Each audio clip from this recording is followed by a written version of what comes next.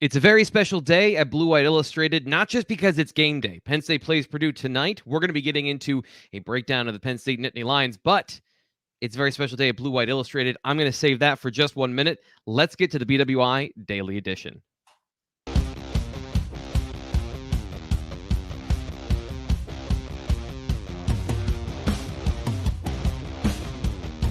There's been speculation, there's been questions, and officially today we can now answer all those questions. Sean Fitz, a veteran of the Penn State beat, one of the biggest names in covering Penn State football, has officially joined Blue White Illustrated, and that means he is officially joining the BWI Daily Edition. So, Sean, thank you so much for making time today on your very first day, on game day, to come on the show and chat about football. I think this is a great opportunity to get you, throw you right in the deep end, get you working here on the show. Yeah, how about it? Throw me right in game day. I didn't know what to think about that. I think there's positives and negatives, but for us to get this show going, for us to get the website going, there's a lot going on today. So I appreciate everybody who has taken the time to reach out, send messages, things like that. It's been really overwhelming. The last 4.5 months have been really overwhelming in terms of just being away, but still seeing people wanting the content is really something special to me. I'm very lucky. As I wrote in my piece last night, I realized how lucky I am just to be paid to watch football. It's pretty great. And now at On3, I'm incredibly excited for the future. I had some tough decisions to make, but there's some great people, some great staff members that I've really looked forward to working with for a long time. And I can't wait to get into it. Yeah, and we'll get into it today. I think this is a great opportunity because people want to know your thoughts on the team, and you've been quiet, you've been reserved as you've taken the last couple of months off, but people want to get your thoughts, so we're going to get them here on the show today. Before that, though, just a little bit about your journey here. Why join On3? Why choose Blue White Illustrated? Well, I can see people have already fast forwarded ahead to the actual team talk, but to talk about me, I mean, I'm the last person that wants to talk about me. I've been doing this for a long, long time. The game has changed so much over the last. I started in 2006 as an intern at Blue White Illustrated, and to find myself back here after 12 wonderful years of 24/7 Sports, a company that I can't say enough good things about, and talk about the good people there. But coming to work for Shannon Terry once again, who changed my life back in 2010 when he gave me an opportunity to start my own Penn State site, essentially from scratch. We turned that into the biggest and the most active Penn State site on the web. I'm really excited to I don't want to say start over, because the guys that are already on staff have already done an amazing job in the almost year that they've been on 3 Sports. But it's really exciting to work with Nate Bauer, to work with Ryan Snyder, Greg Pickle, Thomas Frank Carr. It's really exciting to be in a situation where we can dictate our coverage. We can dictate what we are trying to do as a product, not only writing, but podcasts, video, all this kind of things. There's a lot of exciting things coming from On3. And, like I said, Shannon Terry's really good at this. He built Rivals. He sold Rivals to Yahoo. He built 24/7, sold it to CBS. He makes a lot more money than I do. That's for sure. And I'm betting on him. I'm betting on this team that we have. And I'm really excited for the future. And things have already taken off. By the way, if you want to join the Fitz special, $1 for 12 months of access to Blue White Illustrated, we are going to be continuing that deal. So join right now. $1, get 12 months of access to the most comprehensive coverage of Penn State football you can find anywhere. So let's get to that coverage. Let's talk about the team. We're going to go through the offense, defense, get your thoughts on positions, players, things like that. So start at the top with the quarterback. Some news this week about Drew Aller, but let's start with Sean Clifford. He's going to be the starter tonight, right? Yeah. Sorry, we're still working out the kinks here and talking over each other. I'm very intrigued by what Sean Clifford brings to the table. I think that as a 6-year senior, as it's really one of the old guys. It's funny to look at the quarterback matchup this weekend and see 2 real old guys going at it. But this team's going to go with Sean Clifford. I mean, there's no question about that. He is a guy who has shown his ceiling, like the Auburn game last year when he was fantastic, and then came back around. A lot of that out of his control last year with the injury against Iowa. But I mean, this is a guy you're looking to take another leap. And can that happen with a 6-year player? I don't know. I mean, that's the thing, that you look at him having an offensive coordinator for the 2nd year in a row, which hasn't happened too much under his tenure. Of course, he had the COVID year. Kirk Shiraka was in there for a little bit. there's just so many question marks that you have. And obviously you don't want that for a 6-year senior. Which Sean Clifford are you going to get? You're going to get the guy that throws a couple of picks to start the game, or are you going to get the guy that's just dialed in like he was against Auburn last year? And so far, I mean, really, I hate to say this because we have so much tape on Sean Clifford. There's so much evidence of what he is or what we believe him to be, but you just don't know which one you're going to get. And I think that's kind of unsettling going into your 6th year. The quarterback room as a whole, I love it. I mean, I think the work that they've done over the last year, I mean, you think about where it was last year and forget the Iowa game, all that. Nobody was prepared whatsoever. But this year, you've got Drew Aller, who's settled in as your backup. Christian Veillere has experience, and Bo Prabula is really good too. I mean, you talk to people in the program about Bo Prabula, they're like, "Hey, this kid is, you're going to get the Trace comparison, obviously, but this kid has a lot going for him in terms of being a playmaker, and you feel good about the next generation of Penn State quarterbacks, and it's just a matter of getting there, and that's the thing that we're going to have to find out, whether you get there on an 8-4 season, on a 10-2 season. Sean Clifford's going to be your guy, and that's the thing I think Penn State fans have had such a difficult time digesting, is you've seen so much of this, or you think you know so much of it, and then adding another year on top of that is something that we're going to see how that plays out. Yeah, and I said kind of the same thing of I'm excited for a new evaluation because we've been evaluating Sean Clifford. Basically, rolling up what you just said, we've been watching Sean Clifford for so long. We have all these guideposts of what he's going to do and what he might do. It'd be fun to see somebody new, but this season, that is the situation with Sean Clifford. The running back room, another area where young players are standing out and are going to help define the season. What is your expectation for tonight when it comes to that group and how it shakes out? I mean, I expect them to roll with Kevon Lee to start, but given the people that you talk to in the program, they can't shut up about these freshmen. It's really amazing. They used to keep a lid on these things. They used to keep just be kind of tentative about throwing these out there. But Nick Singleton, your 5-star, your number 1 back in the country, and Katron Allen, who is no slouch, and those coaches have really moved to pump him up as well. I mean, it's a situation where you've got an opportunity, and running back is a position where you can make an impact right away. Doesn't have to be one of those things where you sit around and learn and figure these things out. Now they've got pass protection to work on. They've got a lot of different things that they have to refine in their games. But these guys, they're not too far behind Kevon Lee from a development standpoint. And you throw Devin Ford into the mix, more of a special teams guy right now. But those guys are coming to play. And that's you can't ask for much more. It's going to create some sort of, I don't want to say log jam or sort of pile up with the running back room, because you always have to worry about transfers, of course, because Isaiah Holmes transferred before the season. You've got London Montgomery coming in next year, and now he's hurt, so maybe you take an extra running back. Running back is always so crazy in terms of juggling that eligibility, but you play him when you've got him, and you've got Nick Singleton, who's as talented as any running back that's come in, probably since Saquon Barkley, and then I mean you pile him on top with Katron Allen, who I think Penn State fans are really going to like. His running style, his playing style. I mean, it's certainly it makes you excited. It makes you intrigued by what they can do. I want to follow up about Katron Allen because he's a guy that James Franklin, as you mentioned, pumped up during Monday's press conference, talking about, or Monday or last week, I can't remember, about how he showed more explosiveness or big playability, maybe is the right word for it, than they were really expecting. Do you think that the transformation, he went from IMG weighing 220, 221, he's now down listed on the roster around 210? Is that part of that? Is his transformation getting into the professional weightlifting program at Penn State? And is that something that you were expecting, or what was your kind of expectation of what he'd be? And has he exceeded that, at least at this point, having never seen him play football? Well, it's funny because you look at these two running backs and you see Katron Allen, you think he's the big back. He's the Big Ten guy that is going to come through. You think he's 225 pounds. And actually, Nick Singleton's a little bit bigger than him. So, I mean, it's really funny to see. He came in from IMG Academy. Obviously, they polished those guys a little bit differently down there. He came in and he actually dropped weight, because it kind of melted some of the baby fat off. And I don't want to say, I say baby fat kind of in jest because these guys are high level athletes. They don't have what you and I have. His nickname is Fat Man, right? That was his nickname. His nickname is Fat Man. So you've got to, that's playing in your mind, and you're thinking that this guy's going to come in and be Ron Dane. That's the type of thing that you're looking at. But no, he's a guy. He doesn't have the out and out speed of Singleton, and that's the other thing with this running back room is nobody last year had that ability to take the ball to the second level and outrace the defense. Nick Singleton does.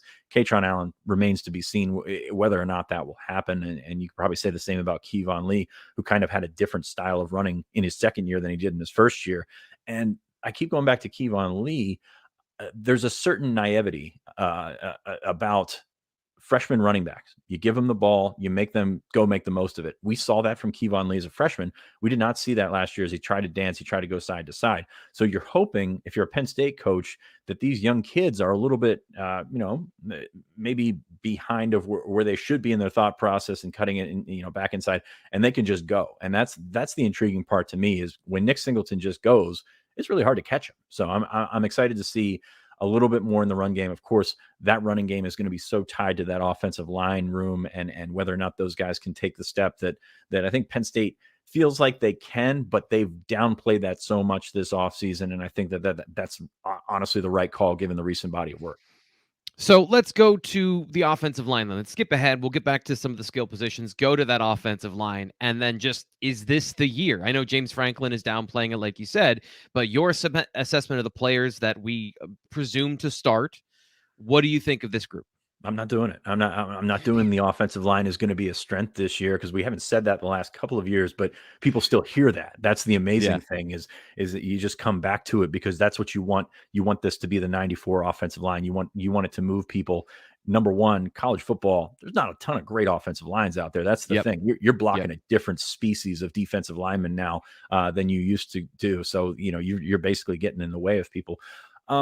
From a personnel perspective, I like where they at. They added, inside some more length, some more strength. I don't have a bad thing to say about Mike Miranda in terms of being a person, but last year I think it was obvious that he was overmatched in there, and that kind of had a ripple effect on the guys beside him. Eric Wilson, had a different build. I know everybody wants to compare Eric Wilson to Hunter Norzad, but that's a different build. That's 3 inches longer in the arms. And that's a big deal. So I'm encouraged by that. I think that, you've still got questions about these guys, how they're going to come out. I mean, Salim Wormley hasn't really played in a game. Olu Fashanu, I liked what I saw in the Outback Bowl, but that's a different animal. So you've got guys, and of course, Landon Tengwall is a redshirt freshman as well. So you've got guys that lack experience. So you don't want to get ahead of yourself and expect them to overpower, which should be a vulnerable Purdue defensive line. So you've got an opportunity to do that.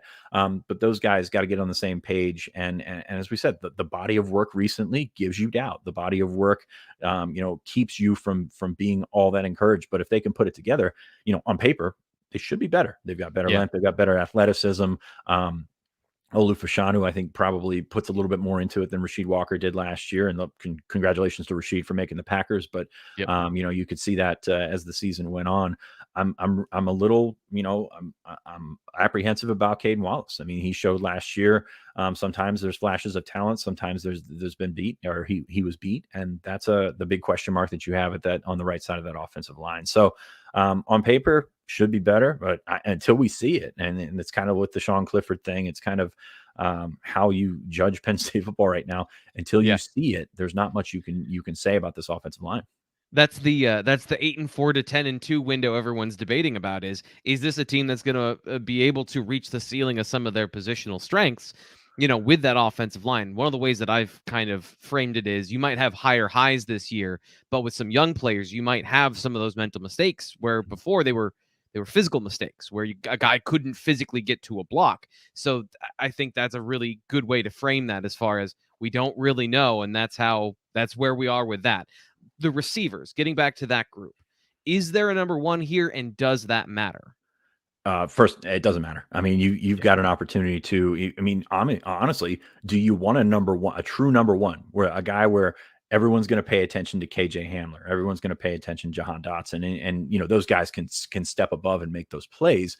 But if you got a 1 and 2 that are pretty high level, and I think you do in Parker Washington, who I've listed as my number one, Mitchell Tinsley, we haven't seen him in a game, so probably a little bit of bias because we've seen so much of Parker Washington. But I think those two are the guys that be surprised, and unless you send them deep and they need a blow, be surprised to see those guys come off the field. I can't wait to watch Parker Washington. I mean, we Yep. watched a special transformation for Jahan Dotson, and I don't know that he has the time or the, sort of the opportunity that Jahan Dotson did to turn that around. But Parker Washington is tremendously skilled. I mean, he's a guy that I love watching playing football. Can he work his way out of the slot? Can he play inside out? I think he can. So I'm really excited to see Parker Washington. To me, the question is, once you get past that number 2, what do you have? You've got Keandre Lambert-Smith, who has shown flashes at times, but the consistency has been lacking. You can say the same about Malik Mega with the consistency factor. And then you've got the unknown, which everybody loves the unknown. Trey Wallace is a tremendously physically talented wide receiver. So, I think Taylor Stubblefield said this week, you got 5.5 guys. Maybe you throw Caden Saunders in there. Maybe you throw a little bit of Amari Evans in there to try and stretch the field, try and get some things going. That kid's got some juice. I don't know that he's refined enough to work his way into the rotation, but he could scoot, man. He's a 4.3 guy, and there's not too many of those floating around. So I'm excited to see that. My question here is, as we move from receivers to tight ends, if you've got 2 receivers and then you have that gap, does Keandre Lambert move to the bench to get Tyler Warren onto the field, to get Theo Johnson onto the field? How do you work with those tight ends?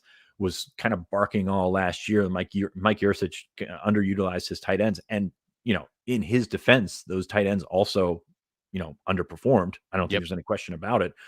So if those 2 can come together, you've got options, because you've got 3 guys that they think can play. I mean, I think it's you ask anyone on any given day who the best tight end is. You might get a Tyler Warren one day. You might get a Theo Johnson the next day. It's going to come down to little things. They were atrocious blocking last year.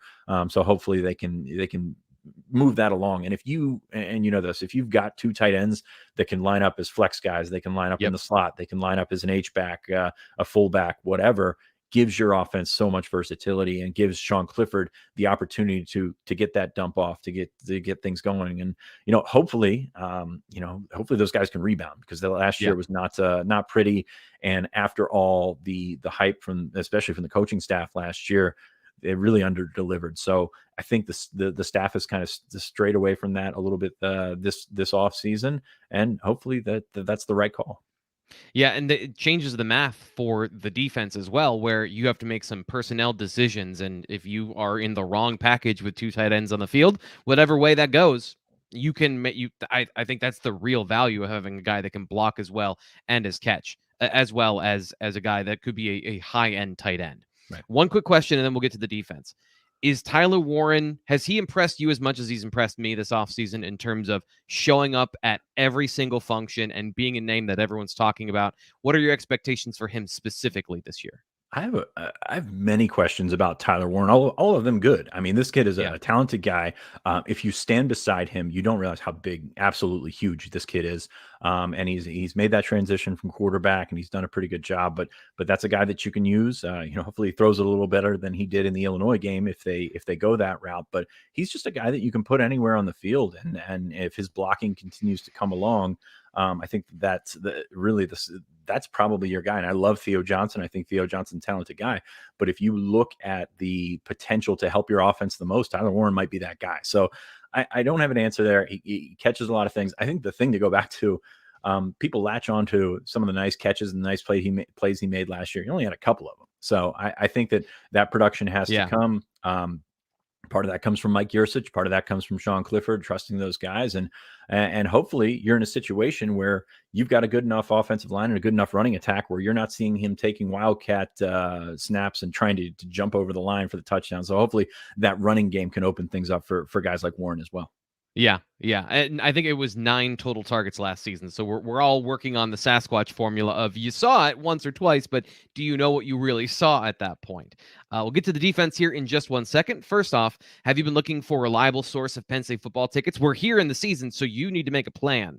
Jim at TixmanJim.com, formerly PSUTixman.com, has been running his ticket exchange in Wilmington, Delaware for over 25 years. Every buyer is handled with courtesy, respect, and every ticket purchase is guaranteed. Purchases are used to fund the PSU AA Chapter Scholarship Fund and the PSU Levi Lamb Fund for athletic scholarships. Get your home opener Ohio U, Ohio State Stripeout, Minnesota Homecoming Whiteout tickets right now. Go to www.psutixmanjim.com.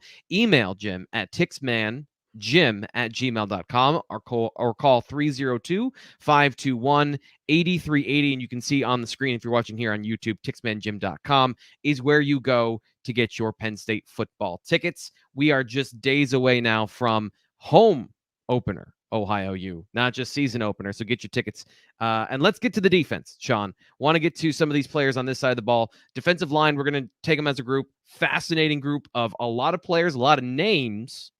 Who are the guys that stand out to you that are going to be the cream that rises to the top here? Because eventually, I don't think we can see 9 guys play every game. But where's that kind of separation for you, or what are you looking at that position? Yeah, I had him at 9 or 10 guys. I think that the defensive tackle talent and depth and experience really with Devon Ellies and Keziah Izzard getting so many snaps over the last half of the season last year after PJ Mustipher went down, unfortunately. I mean, you can roll 6 deep at defensive tackle. I don't know that that's the spot that you want to be heading into Purdue, especially with a freshman like Zane Durant, who you think can be a guy that provides a splash, but does he provide 15, 20 snaps? I'm not sure that he's that guy just yet. So you start at defensive tackle and you like what you've got. Hakeem Beamon, one of those mystery guys after last season. The talent's always been there. I mean, the ability has always been there. Putting him beside PJ Mustipher and being able to play off him, I think that's a good role for him. He's a guy that can get through there and get to the quarterback, and hopefully can hold up against the run as well. But you've got different body types. You've got complementary pieces.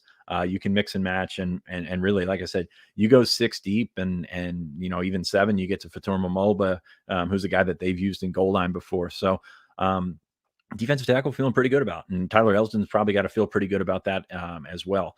Defensive end, not as rosy.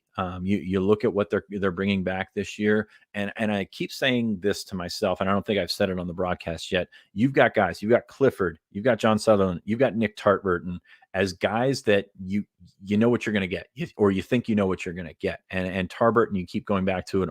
All the buzz was about Chop Robinson through camp, but is Chop Robinson going to play first and second down and hold up against the run like Nick Tarburton does? You can flip that on its head and ask the same question about Tarburton in a pass rush. Do you move him down, on the interior to get a pass rush from there? There's so many things that you can do, but where is their ceiling? Where is their high level? Yeah. Yep. AK was so good last year. And before that, Jason Owe was so good. They'd love to have Shaka Toney. They're playing a game in Indiana, so they'd love to have Shaka Toney this year. But who's going to get to the quarterback? Adisa Isaac, it's a really tough injury to come off of. I've got plenty of questions at that defensive end position. I think you've got 3 guys that they consider starters right now, but there's certainly question marks for all 3 of those guys. And then where do you go after that? Do you go to Amin Vanover, who's one of those guys that can hold them up? Smith Vilbert, of course, put up the numbers in the bowl game, but I think he's still got development to go. And then Denai Dennis Sutton. If you followed anything that I've done in the last 2 years, what a big fan I am of Denai Dennis Sutton. Not the freak athlete on the edge, but I think he's going to be a really good player for Penn State. Yep. Is he ready to go yet? I don't know. So I have him, playing 4 DNs right now, playing 5 or 6 defensive tackles. Jordan Vandenberg, who I don't think I mentioned the first run through. You just forget about some of these guys, and that's a good thing, because you look back at defensive tackle a couple of years ago to where they are now, and they've done a nice job. I know they threw a ton of scholarships. I know they took some guys that did not pan out. I believe Cole Brevard is going to be on the other sideline this weekend. But they took a bunch of guys that didn't pan out, but still they've managed to sort of plug that leak and move forward. So I'm intrigued and encouraged with what the defensive tackle spot comes, but the defensive end depth kind of reminds me, on the flip side of the offensive tackle depth, is once you get past those first couple of guys, what do you have? And that's a scary situation when you know that people get injured in college football. Yeah, for sure. And the defensive tackle depth, I think part of the issue last year was defined by not having Beamon. And you kind of forget about him once you get into the play of the game, and then you lose PJ Mustipher. So now you're down 2 of your top 3 tackles and both of the starters at that situation. So having both those guys back obviously is a bonus, especially for the linebackers. Yesterday on the show, on the BWI Daily Edition, I was highlighting Curtis Jacobs. This is his year to be the guy. But the talk of camp has been that middle linebacker competition. What's your read on this group that Penn State fans, when you include John Sutherland, are very nervous about?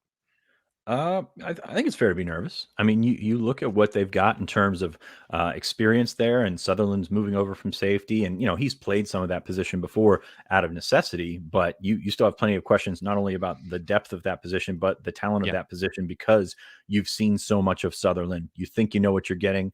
And it's not all encouraging, let's be honest. So you've got that Sam position. You've got Dom DeLuca, who's done a nice job in camp. But where do you find yourself? Where does Manny Diaz find himself? I don't know where I find myself, but where does Manny Diaz find himself with playing the right combinations there? Elston, I think it's clearly his job right now. Kobe King will play, but he's gonna rely on the guys a lot in front of him as he starts to process that. Ellis Brooks. Not the best linebacker Penn State's ever had, played a ton of football, knew where to be, knew where his guys needed to be. Can Tyler Elston pick up on that? And that's the unfortunate part about going on the road to open the season. Your essential quarterback on defense, your Mike linebacker is a first timer out there. So that'll be something that will be, they'll have to juggle. They have to sort of step on eggshells in that middle spot. The will spot, Curtis Jacobs. I love Curtis Jacobs. I think I think he can have a star turn. I'm very curious to see if he has made that switch. I thought he was a perfect Sam with what they like to do in Brent Pry's defense. Moving over to Will, is it a situation where it takes him some time to get ready, especially against a team like Purdue that's going to try and spread you out? That's great to have Curtis Jacobs out there, one of the best athletes on defense. But when you get into space, you start thinking, and after a position switch, that could be something that, that pops up this evening. So we'll see what happens there. Dude, going with linebacker, the coaching staff, anybody in that building, Abdul Carter is just different. Like he pops. He's a guy that his coaches have told me they think he's special. Obviously, you want to keep a lid on him because you don't know what you're going to get from a linebacker's perspective. Coming in as a freshman, incredibly difficult to do. But this kid is so athletic. He's got the size to back it up. He's made some plays in training camp. I would say he's probably past Jamari Budden for that second will spot. Man, it's going to be really one of those guys that I'm so excited to see tonight, whether it's just on special teams or he does get some run as a true freshman linebacker. Abdul Carter is a guy that's really turned heads so far. And hopefully, when you step into the game, the moment's not too big for you, because if it's not, this is a guy that, just can go. Yeah. Yeah, and a super serious kid. We had him here on the BWI Daily Edition in the spring. I tried to get him to smile at least once, and it just was a total failure. He is all business. He's all ball. So that plus his talent, you're always looking for something to shorten the learning curve for a freshman. And that seems like just that combination is why he is in the position he's in. Let's go to the secondary. Strength of the team, possibly. Would you call it that? Or and then what's your expectation for this group? I mean, that's I think it's easily the strength of the team, at least the guys that they had as experienced starters, the guys that got a bunch of reps, and then some young guys that they really like. I think it's just the most complete unit on the team. I'll start with one of, if not Penn State's most important player on defense, Daquan Hardy. We're going to overlook the hell out of this kid because of his size and things like that, but especially going on the road against Purdue, who's going to try and throw it all around the yard. Hardy's a playmaker, a guy that can find the football and really make some things happen. And he can take a lot of that pressure off of your linebackers as you're trying to ease those guys in there. So would not be surprised to see a ton of Daquan Hardy tonight, maybe make a play here or there. I really am a big fan of what he has developed into. I think Terry Smith and the guys that have coached up those nickels have done a really nice job with Hardy. You got a couple of guys back there in Porter and Jair Brown. You think you know what you're getting, and you think they're pretty good. Safety is going to be intriguing. You look at the battle between Keaton Ellis and Zakee Wheatley. I think Wheatley probably gives you a little bit more upside in the long run, but we've seen this situation where you go into a spot like West Lafayette early in the season, you want probably going to play the older guys. So I wouldn't be shocked if Wheatley ends up with more snaps, but I think it's going to be close there. And the other corner spot, Kalen King, he burst onto the scene very early in his career. I think the first spring that he was here. So he'll have a chance to do that. So these guys are going to be tested right off the bat, which I think is a great thing. But I also think that Manny Diaz, his defensive philosophy is going to give them an opportunity to get their hands on the football, which I know Penn State fans have really been longing for that, even though, Jair Brown had a great year last year. Jaquan Brisker got his hands on the ball as well. So, excuse me, I haven't done this in a while, so I'm still working out my vocal cords here. Well, you've also been going hard for 30 minutes, so you've been doing a great job. That's been phenomenal. Like here at the end, I'm it's out all of right. podcast shape, but hopefully we can get back into it pretty quickly. We've got some plans to do some more in the coming weeks. This one is just tough to hit the ground running, but I think we're in the right spot. I'm giving it an A. I think we got a lot of information. I think we got good stuff coming up for tonight. One thing we haven't gotten from you that everyone else has given so far, over at BlueWhiteIllustrated.com is a prediction. I don't know if you've got one, but do you want to give one for the game tonight? Yeah, I like Penn State. I think they're a more talented team. I think Purdue has done a nice job of recovering, their depth from where they were just a few years ago. Obviously, have recruited well. You lose David Bell, you lose George Karlaftis, but you look at that 1 to 85. The actual depth and the actual roster may be a little bit better than it was last year. And this is a tough place to play. I mean, they've developed that into a very tough place to play. I like Penn State. We'll say 24-20. I think it's a close game. They got to put points on the board. I mean, this is the theme of the entire season. It's the simplest way to go, but you look at what Penn State did last year and you just failure to put points on the board, turning 7 points into 3 points, and it just didn't work out for them. You look back to the Illinois game. That's a game they should have had in hand. You just need to put points on the board. It sounds really stupid. It sounds really simple, but that's where Penn State needs to be. And if they can get that, they've got a very talented roster. They've got a talent. They've got a group of guys that can break out. You just got to see it. You got to see it. You got to get there. I think you're wise to not go over 30 points. I didn't want to do it in my prediction. I ultimately did, but that I think is the storyline, as you mentioned. Penn State didn't really get over 30 points last season, and that's got to be a benchmark for this season. Coming into this game, we'll see if it happens. Sean, thank you so much for your time. Get back to work. I can't wait. Thanks for everybody. Like I said, thanks for everybody that's reached out. Thanks to everybody that's been a part of this entire transition. I'm excited to get going with our staff at On3, and I think we're gonna do something special. Yeah, and in all seriousness, thank you for the time today. Appreciate you coming on the show, giving us your insight and the insider knowledge you got about Penn State football here on the show. We'll be tapping into that as we go throughout the season on the BWI Daily Edition. That does it for today. Don't forget, coming up tonight, the post-game show directly after Penn State and Purdue, giving you live post-game analysis, what happened, players that stood out, the major themes and schemes that helped the success or defeat of Penn State in the game, coming up here on YouTube. And by the way, if you're watching here, subscribe to the BWI Daily Edition on YouTube or wherever you get your podcast, because we're chugging along. We're going to be churning out so much stuff, both here, website, everywhere, social media. And I normally say we'll be back tomorrow, but we'll be back tonight. I gotta take a nap or something because it's gonna be a late night. We'll be back then. Until then, we'll talk to you later.